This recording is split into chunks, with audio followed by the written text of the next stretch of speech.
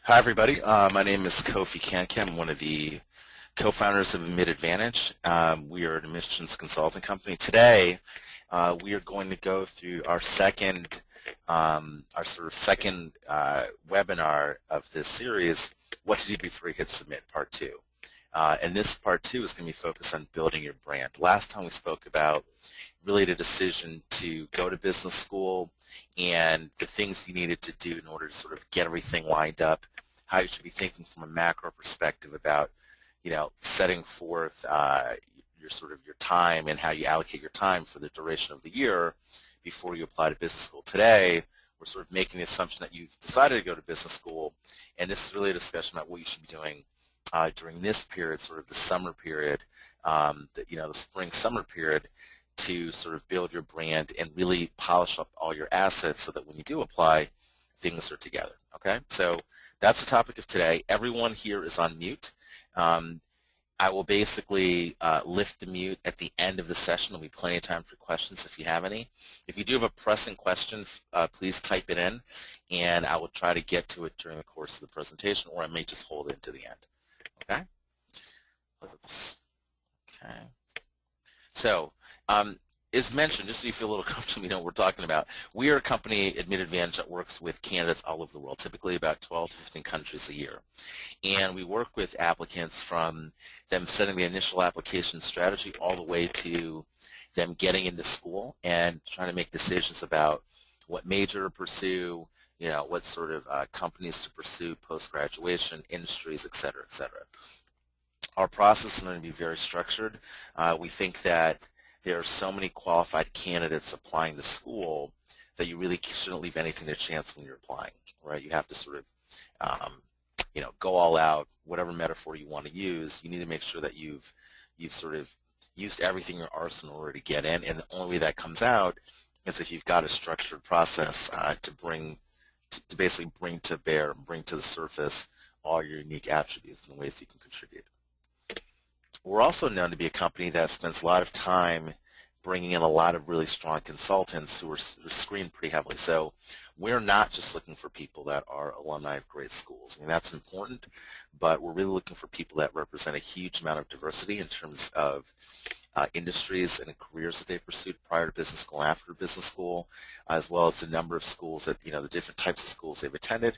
And we also want people that are, obviously pretty service-oriented and very polite with a great bedside manner. So those are the things we've been looking for. We've been fortunate to find those people and be able to be very selective with our consultant base, even though we're taking people from great schools. Our company is based on a couple of core tenets. We really believe in experience. So again, all of our people are alums from top-tier schools. They've all been sort of rigorously trained as well as selected, and most of us have experience serving in some capacity in admissions. We do really believe in strong client service and client focus, so we're always getting invited to weddings and graduation parties, which are fun to attend when we can attend, but it's really, for us, a really good sign that our people believe in what we're doing. They think we have a great impact in their careers and their lives. And then performance. Ultimately, we judge ourselves on whether or not people get into school and which schools. We've got a really strong track record of getting people in the top 10, top 15 plus schools in the U.S. and predominantly the UK as well as Asia. Okay? And these are some of the schools where people have been accepted at the bottom. So I'm Kofi Kankam, one of the founders. Don't worry, I'm not both founders. That's actually Eric Allen on the right. But both of us actually, interestingly, worked at Accenture. I worked at Net2Phone, which is an internet voice company, voice for IP. I also started a software company after business school, sold that, and then sort of rolled into this one. So I'm interested really heavily in education technology. That's my focus. I did my undergraduate degree at Harvard College, pursued a master's in education at the ed school there, and then went to Wharton class of '04, where I was a teaching fellow. I also was a Joseph Wharton fellow, which is really, really fortunate and probably lucky to get. And I ran Wharton's largest student-run conference as a chairman. Eric, very similar background, went to Brown. He also sold a software company, a different one. We weren't working together at the time. That was with his brother. He went to Brown University, majored in engineering, did very well at Wharton, and graduate with honors. We've been fortunate that we have a consulting team that has a huge, huge amount of diversity um, which is pretty exciting for us in terms of the different companies where they work, the different schools they've attended, and this is a slice of the consultants in the bottom. Okay, that's all on our website. So I'm going to stop there on us. Anything else you want, you can sort of read on your own on the website. Let's get into the nitty-gritty of why we're here. Okay, so we're going to talk about building a brand, and first we need to define a brand. A brand really is the identity of an entity, and most people think of brands in terms of companies or institutions. We're here to talk about how you build a brand as a candidate, as a person, right? So it is obviously personality and experience in terms of an individual. It's driven by historical experience and perception. So, you know, you may have a company that's focused, your company and your brand, your company focused on your brand may not be one of the same, unfortunately. So you may have a great you know, a great historical experience, and people may have sort of a history with you. You may be looking to do something different, right? And I was just actually reading about GoDaddy, you know, sort of the internet host, and they've got a brand of sort of having, you know, kind of semi-scandalous commercials and being fun-loving and sort of being a little bit on the edge. And the CEO is trying to direct the company to do something different, be more meat and potatoes, feel more in middle America, be a little more safe, and they've got sort of a disconnect between what their brand is and what their mission is, okay? Realize that it's never too early to build a brand, right? You need to be building brand out, and all of you have people in your lives who have brands. So there are people that you know, for example, that are, you know, their brand is, they're super sociable, maybe they love to party a lot. There are also people in your life who are, maybe more studious, more quiet, very serious. They have a brand. They've got a perception that precedes them, right? Here are obviously some brand examples. You know, Amazon, obviously, it's got a brand. You know, the characteristics people notice a one-stop shop. It's very efficient. They're known to have the lowest price. They're easy, and they've got pretty good customer service. Most people associate them with at least some of these characteristics. McDonald's, right? Everywhere, right? Prevalent everywhere. People see it as convenient. It's fast. Is consistent. A hamburger in Idaho costs the same thing as a hamburger in New York. It's similar to a hamburger in New York, similar to a hamburger in, you know, in the UK. That's why people personally go to McDonald's, because it's an experience they know and trust. They're fast and they're going to be affordable. Okay, this is actually an old logo for us, but you know, our brand we view as sort of, we're working to build, right? It's a process, as being very experienced, offering sort of strong insight, having a really well-defined process, being very focused on customer service, and then being maniacally focused and lucky to have really good results and performance, okay? That's our brand. And so what I'm suggesting to you is that this is a great time, and hopefully you've been doing some of it even before, you know, prior to this point, when you should be working on your brand, because ultimately it's how admissions officers will also see you. Realize that this is what an admissions director said, I believe from Stanford. 70% of the people that apply are admissible, right? And the key is how to distinguish between them. So think about that. Most of you will be looking at top 20-ish schools, right, where if you took a pool of 20 people, 6 would have no chance of getting in, right? Bad GMAT, bad GPA, poor work experience, probably a combination of at least 2 of those, if not 3 of those. That leaves 14 out of that pool of 20, 14 really solid candidates. For the top 20 schools, you're looking at 2 to 6 of those candidates getting in, right? Effectively 10 to 30%. And so in a world where most people applying have the right quote-unquote stuff to get in, the right ammunition, the right background, how do you select, from an admissions perspective, how do you select who it is that you want to accept? And the key is differentiating yourself and also differentiating along your brand characteristics. So there are really 3 brand characteristics from an applicant perspective that are of importance, right? Your career, your personal and community. Where they intersect is really sort of how the narrative about you gets written, how it gets explained within the admissions committee to other people looking at your candidacy. I want to talk about those 3 specific pieces. So the career. That's probably something most of you are most comfortable with. So you know it's things like, you know, your experience, right? So do you have a clear path? Do you have a focus? Do you have sort of industry specialization or competency, i.e. you're really good in energy, you know a lot about healthcare, you know a lot about marketing or teaching, or are you more sort of about a certain competency or skill set? So are you a great investment banker? Are you a great writer?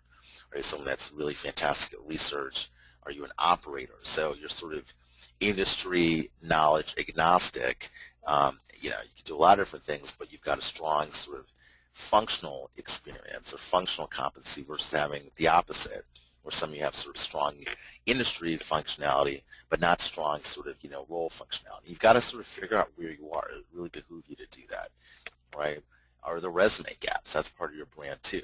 Have you had logical career transitions? Do you have sort of, is there a corporate brand you can sort of associate yourself with? So are you coming from a big company like McKinsey, a Bain, a Goldman, a Procter & Gamble, a Peace Corps, something that where people know the brand, or are you coming from a smaller company? I came from a smaller company when I applied to school. I came from a big undergraduate brand, right, which is helpful, but I came from a smaller company. So you've got to sort of take stock and think about what your brand is, and then position your candidacy accordingly, right? And also, have you had leadership training? That's another piece of your corporate experience. Okay. The other part of your brand, the other two parts are responsibilities, right? So are you seen within your company, within your profession, are you seen as sort of a contributor, someone who's kind of part of a team, does what he or she's told, you know, and kind of only does what she or he is told? Or are you seen as someone who goes above and beyond, really drives the processes from a leadership perspective, or from someone who sort of does their own work and then finds a way to sort of get involved driving the process in other ways, with other people's roles, with other things that need to get done, right? That ties into the second point here, management experience and leadership roles. So are you someone that the school can say their brand is strong leadership, right? Have you done those things?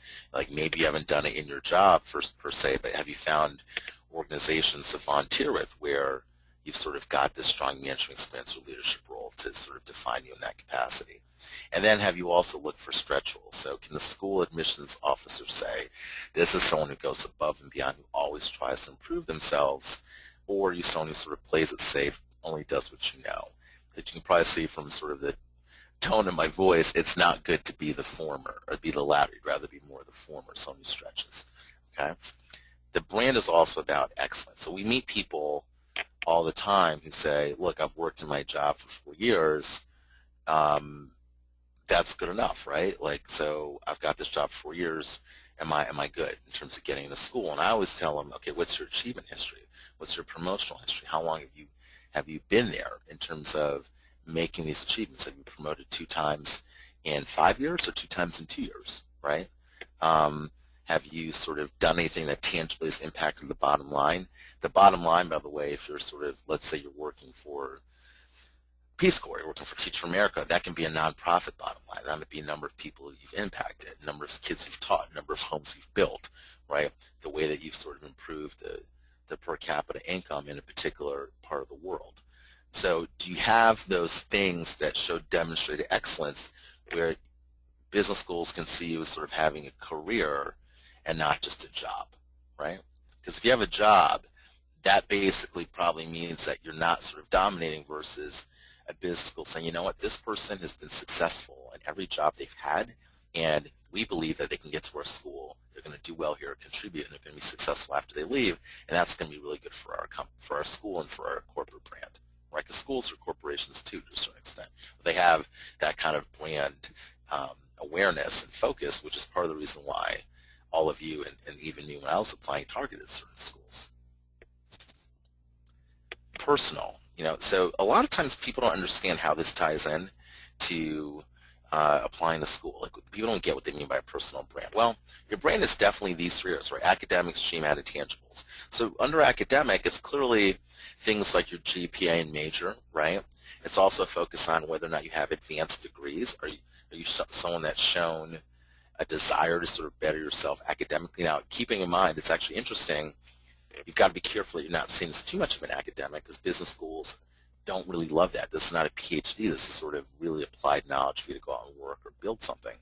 But the fourth point, which is interesting, is your undergraduate institution. So, you know, there are benefits to going to an undergraduate institution that that has a really good brand. Oftentimes, you don't necessarily have to be quite as strong academically in terms of your grade performance. This is kind of more of a natural feeder. I'll give you an example. So at Wharton, in my class, I think there were 860 people.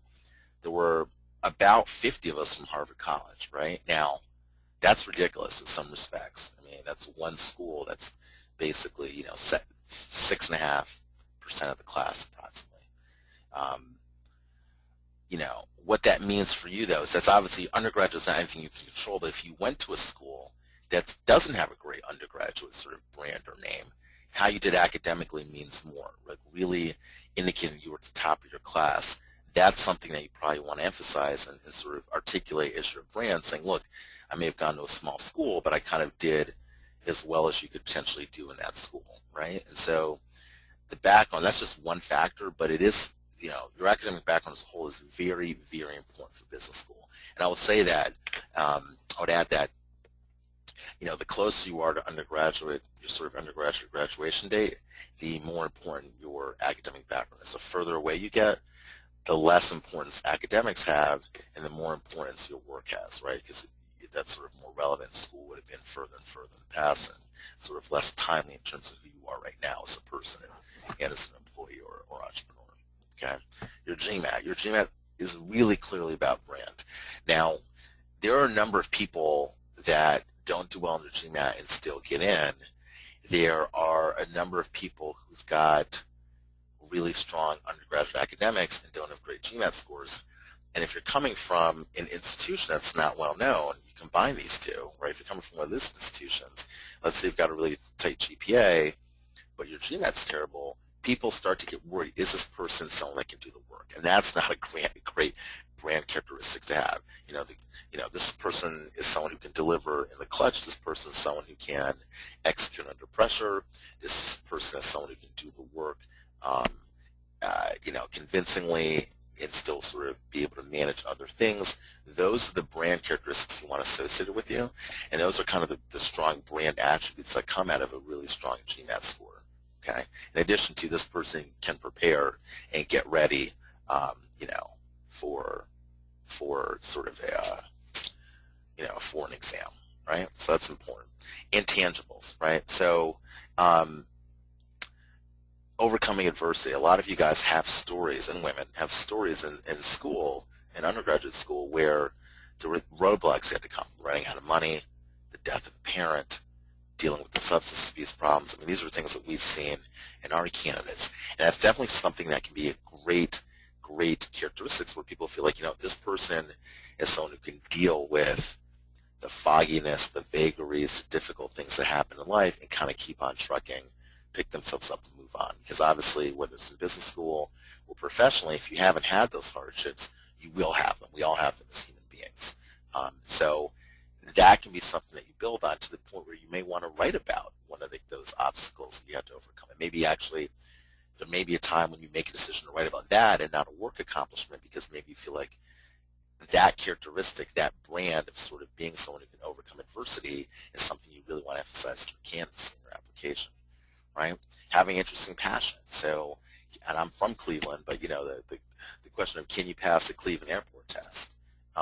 That's really important, right? So do people think that you're someone they want to interact with, they want to build with? I can tell you that in our company, there have been people we've not hired who are really competent and smart, just because we can't imagine being in a small room with them for hours and hours, because they're either not interesting and or they don't evince that culture of anything other than themselves, right? They're caring about anything other than themselves. So that's really important, that you brand yourself in the right way, and then having a unique background, right? So if you can show that you're competent, a unique background can really be quite powerful.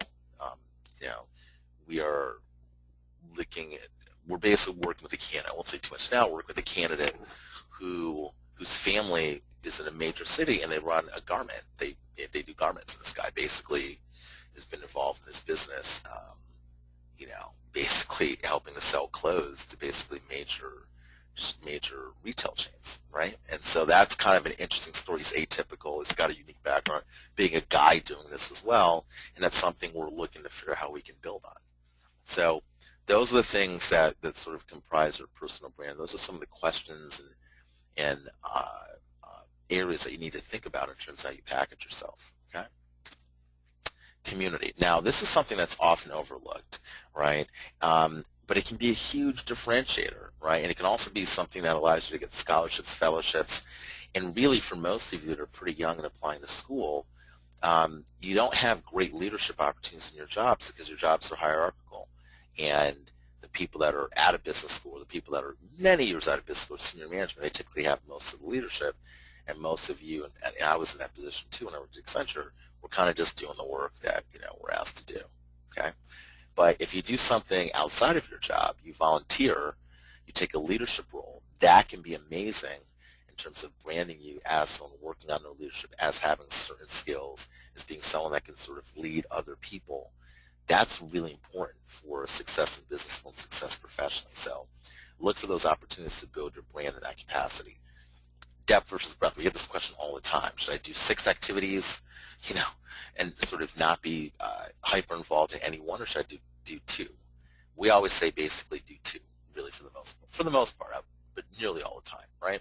So find a way to make an impact, demonstrate your passion, and show sort of tenure, show commitment to an organization, and not something that's sort of kind of a drive you volunteer. You do it for 3 months and sort of leave, right?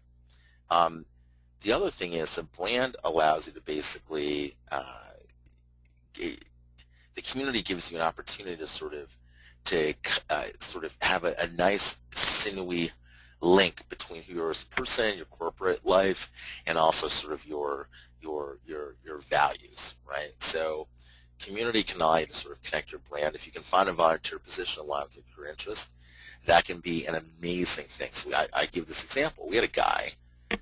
It wasn't me because I do love soccer. We had a guy that basically wanted to work for FIFA. FIFA is a governing body for soccer. They're putting on the World Cup. They've got different domains in different countries. His goal was to work for FIFA, and he loved soccer so much that he was like in sort of the Pacific Northwest. He organized a soccer league, and basically, raised a bunch of money for charity. So he put this league together, found fields, found refs, found players, obviously, found local businesses to sponsor teams in this sort of sponsor organization, found organizations that would sort of take the money that they raised and allocate it appropriately. And he built this league that had 10 teams, actually more than 10 teams, and they raised tens of thousands of dollars for charity.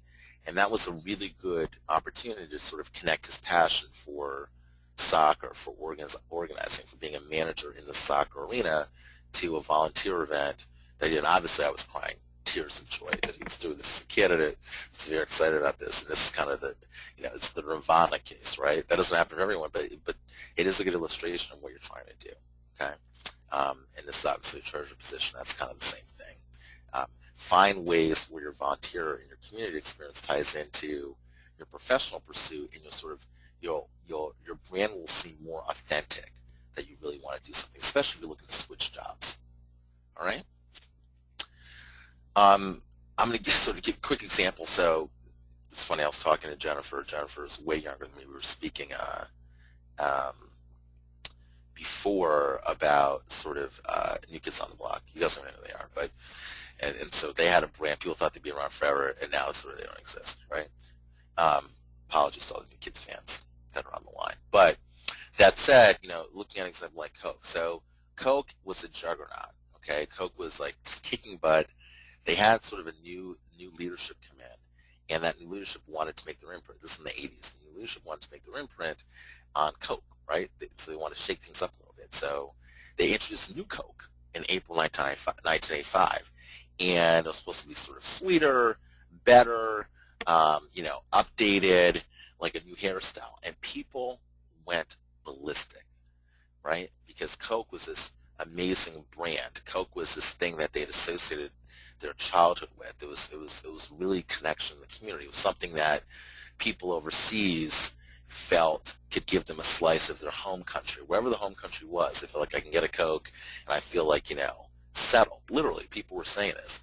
And it became a huge issue for Coca-Cola Inc. And it was this negative and viral. And this is viral prior to sort of social media, right? So Coke had to come back and introduce Coke Classic, right? So they basically had this brand Coke. They literally lost tens of millions of dollars introducing new Coke. They had to come back and have their old formula, their old Coke. They now called it Coke Classic, and sales kind of rose thereafter because people were buying Coke Classic, right? And so the brand lesson is you've got to be true to yourself, right? And this is kind of a lesson for you guys also who are applying, and sort of, stay within your lane and be the best within your passion and competencies. So if you are someone that is coming from marketing and wants to go into finance, you don't need to sort of say how you can do a discounted cash flow and read sort of an income statement, and you can do sort of valuations, Black-Scholes and all those things associated with finance. You don't have to be the best in that field yet, because you're not in that field. Be the best marketer you are and take those skills in marketing and make sure that you've got sort of the best skills that you can find and show how they apply to the world of finance, right? So that's what I mean by sort of staying true within yourself. Apple is another great story. So Apple was struggling to build market share, okay? And they basically realized that they needed to build innovative consumer products, right? So they were basically, trying to compete with sort of IBM, this is back in the day, along the same dimensions, or Compaq or Dell. And they realized, you know what, our brand is actually not trying to outdo those companies in terms of having more CPUs, having sort of more computing power generally. Our brand is innovative, cool, intuitive, beautiful products, right? Ergo the iPod, the iPad, the iPhone, right? They were into creating new consumer product categories. We're going to show people we're going to show people how they can have beautiful technology in a way that they never thought about before, because they just wanted something functional. People felt like you just get functionality, and technology doesn't have to be beautiful. And Apple, literally, they've built their whole brand on that, right? So they put a lot more emphasis on design. If you look at their allocation in sort of their financial statement on sort of what they spend on design and designers, it's a higher percentage of sort of their total revenue than exists at like IBM or Dell or Compaq is around anymore, but you know what I mean, those kinds of companies. So the MBA brand lesson for them is determine your competency, right? So, and this is, if you're coming from banking, are you an energy guy? Let's say you're coming from energy banking. And this is kind of what we talked about before, industry versus function. Are you sort of, are you an expert in energy in this example, or are you sort of the deal guy or woman, right? Are you sort of the person who's great at structuring the deals and who doesn't give a darn about, sort of the industry as a whole, or are you the opposite? You're an industry expert and you're not great at sort of the deal structuring, but your competency really is in the industry itself. All right, so you have to make some decisions about kind of what you want your brand to be.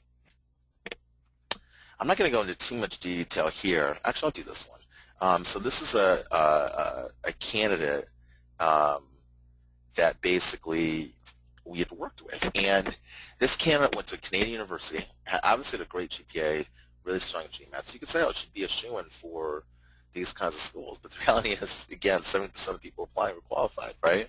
So her work experience was a nonprofit. She's actually a friend of ours.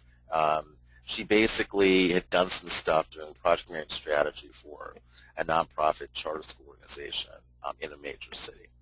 And her hobbies were languages and travel. She created this board for this foundation. She volunteered in Latin America, etc. Now, her goals were nonprofit work and microfinance, and then basically eventually doing, even though she's Canadian, she had sort of strong language competency in Spanish and Portuguese, so she wanted to take that to Latin America, right? Challenges. So she didn't have confidence, right, in terms of being accepted, because she had issues applying to some of these schools as undergraduate, not getting in. She was non-traditional in that she really couldn't exactly explain why she wanted to go to business school. She wasn't from an industry at the time that was sending a lot of people to business school, and typically it still exists today, and she had very short work experience, right? So our strategy was focused really on her brand characteristics, right? So we basically said, this is someone who has unique characteristics: language, volunteer experience, and sort of country experience, and leadership for someone her age in terms of creating this board.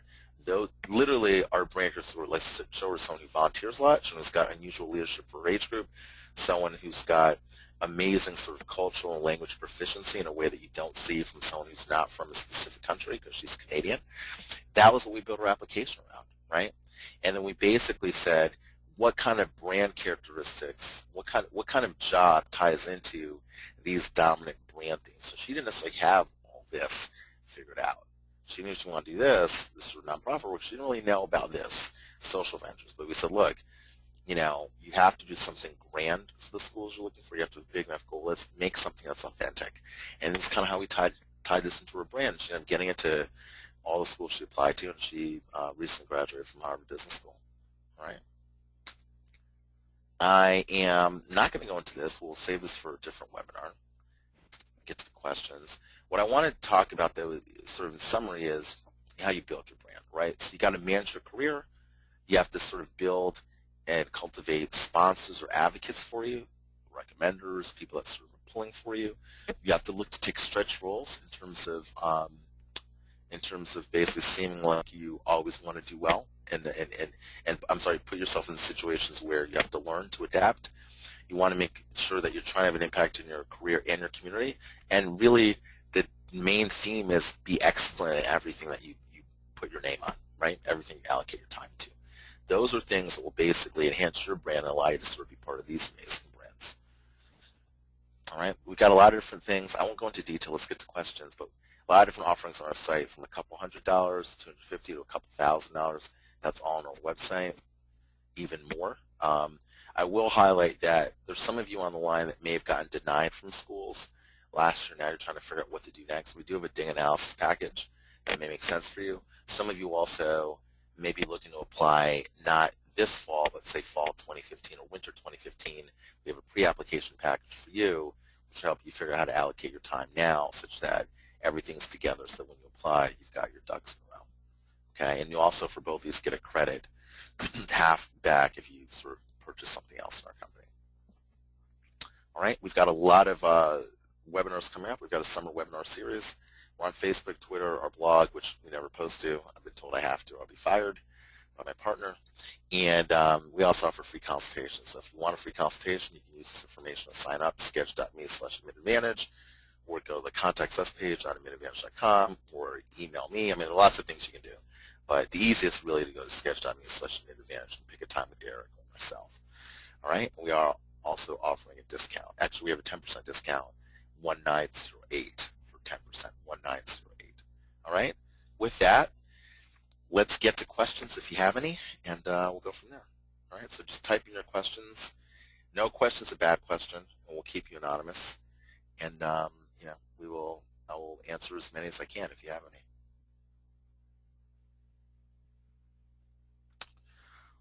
Let's see, any questions? Is the presentation that good or that boring? Just type it in. Okay. Well, let's wrap it then. If you need help with anything, just reach out, shoot me an email, or sign up on sketch.me/advantage. Hope you guys have a great rest of the week, and good luck with probably your GMAT at this point, your job, and obviously gearing up for the applications to be released. Okay, so wish you well, and best of luck. Oh, there's a question. Okay, I spoke too soon. Okay. Let's see here. Okay, question. I'm in my senior year of an undergrad program right now. Do you think 2 years is enough work experience to apply to business school? I do. I do think it's enough. There are programs even like the HBS 2+2 program, which even if you don't apply to it, so 2+2 means you apply your senior year, you go work for 2 years, and you come back and do your MBA in 2 years. So just the fact that program exists is kind of a testament to the fact that many schools believe that 2 years work experience is enough. I think you probably could get more out of business school if you had a little bit more. But if you're a person in a hurry, you know exactly what you want to do, and you feel like your work experience to date has been strong, right? And so if you have 2 years of work experience when you start, realize you're applying with a year and a quarter, or a year and a half. If that's been sort of strong, if it's been expansive, if you have been promoted, then that may be enough. But I generally think that people going to school typically benefit from having 3 to 4 years of experience before they start. Anything else?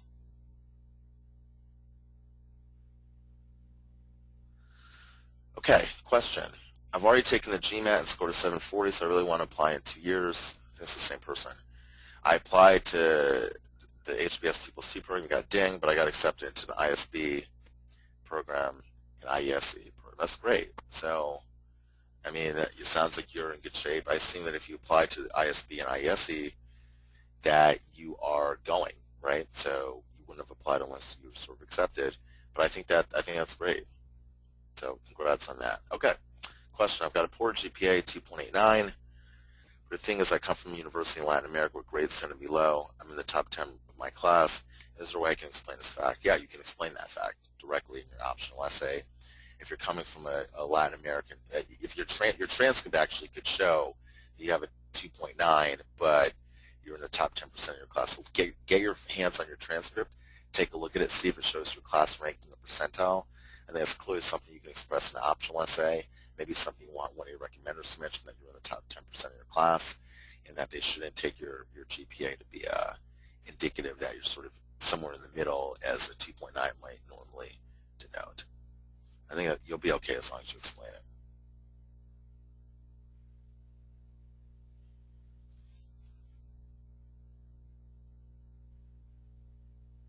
Okay, I think are there any more questions for me? How am I so good? I'm joking. Okay, let's wrap it there. Thanks for the time, and reach out if you guys have more questions. Okay, good to chat. Bye.